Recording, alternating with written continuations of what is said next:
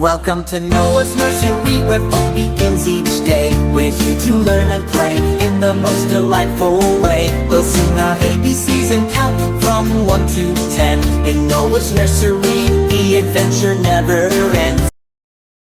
Welcome, dear friends, to Noah's Nursery, a magical place where stories bloom like flowers in spring.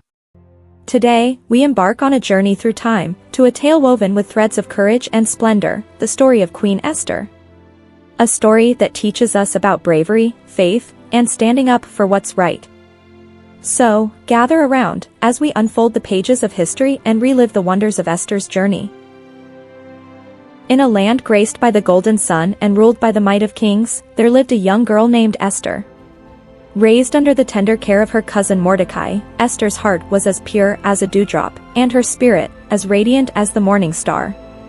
In the grand Persian Empire, where every day was a tapestry of vivid colors and bustling life, Esther's story began to unfold, like a lotus blooming in an ancient river.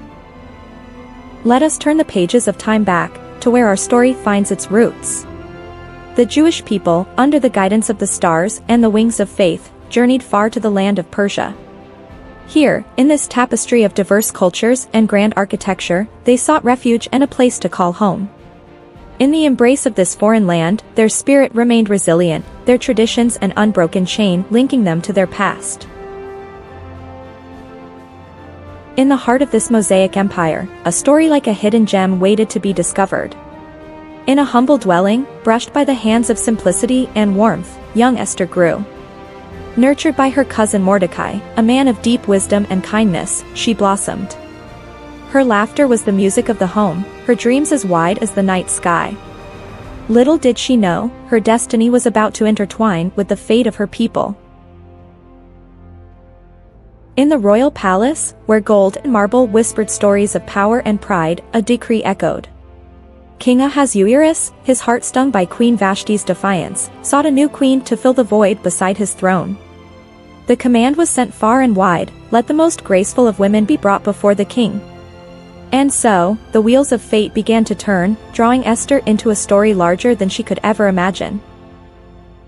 As the stars watched silently, Mordecai gazed upon Esther, realizing that destiny had chosen her for a path beyond their humble walls. With a heart torn between fear and hope, he knew that Esther's kindness and wisdom could be the light in the shadow of the palace. And so, with a whisper of prayer, they prepared for the journey that would lead Esther from the quiet of her home to the heart of the empire.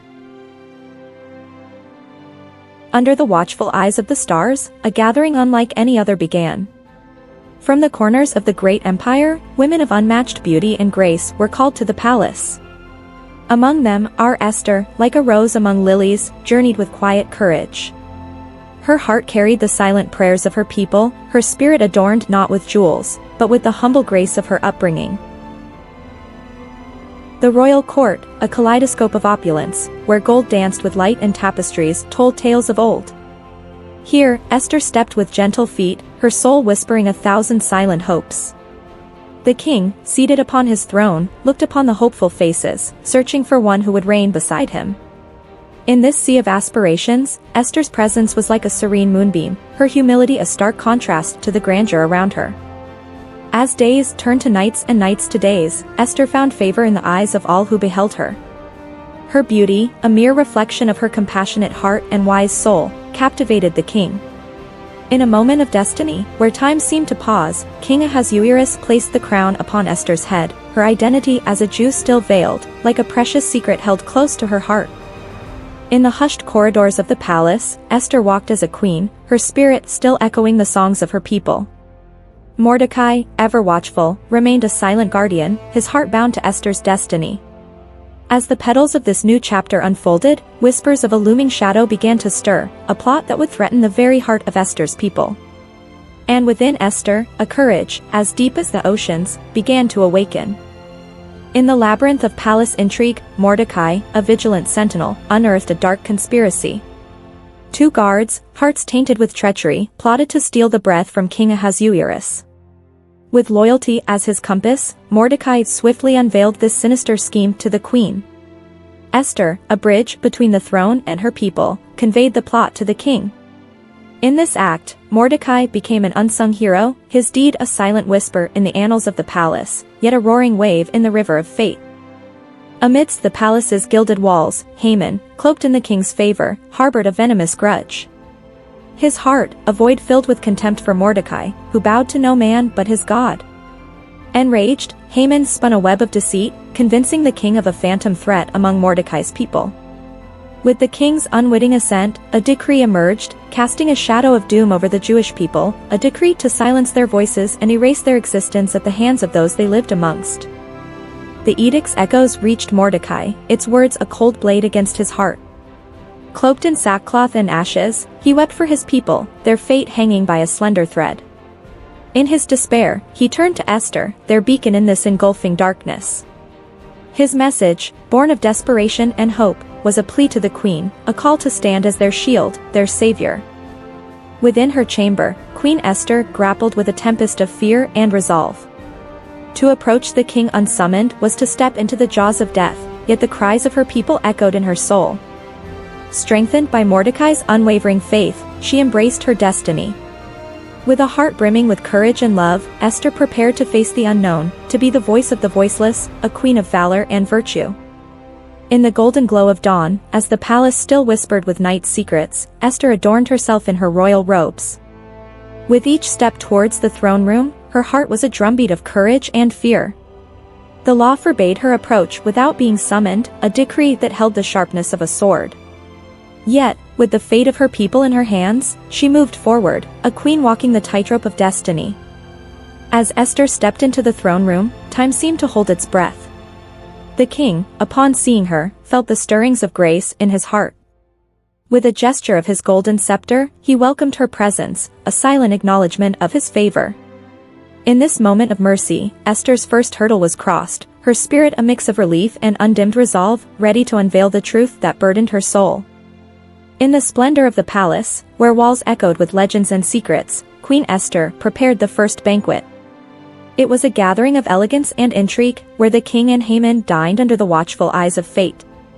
Esther, a silhouette of grace and hidden resolve, held her secret close. The feast was but the first petal in her unfolding plan, an intricate dance of patience and strategy. As the second banquet bloomed under the chandeliers of the grand hall, Esther wove her intentions with care. The king and Haman, none the wiser, were drawn further into her tapestry of destiny.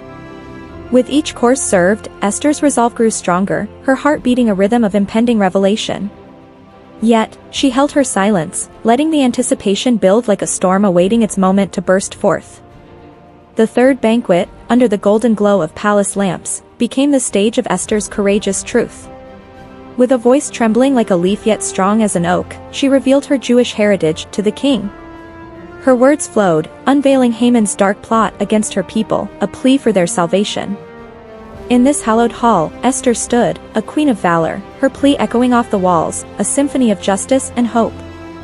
In the wake of Esther's revelation, a storm of emotion swept over King Ahasuerus. The air, once filled with the melodies of feast, now pulsed with the gravity of truth. Betrayal and justice interwove as he beheld Haman, the architect of deceit. In a surge of kingly wrath, Ahasuerus ordered Haman's downfall, a swift turn of fate that echoed through the halls of history. The queen's bravery had reshaped the destiny of her people, her plea igniting the flames of justice. With the dawn of a new day, the king granted Esther and Mordecai the power to write a new decree. In the golden light of hope and redemption, they penned words of protection and strength for their people. Across the empire, the Jewish community, once shrouded in the shadow of despair, now rejoiced in the light of salvation. Their voices rose in a chorus of gratitude and joy, a testament to the power of courage and faith. As the story of Esther's bravery and the Jewish people's salvation spread, a new tradition was born, the celebration of Purim. Streets came alive with laughter and color, people of all ages sharing stories, feasts, and gifts in a vibrant tapestry of community and joy. In every corner of the empire, the memory of Esther's courage was honored, her legacy a beacon of hope, inspiring generations to come. As our tale concludes, we find ourselves back in the comforting embrace of Noah's nursery.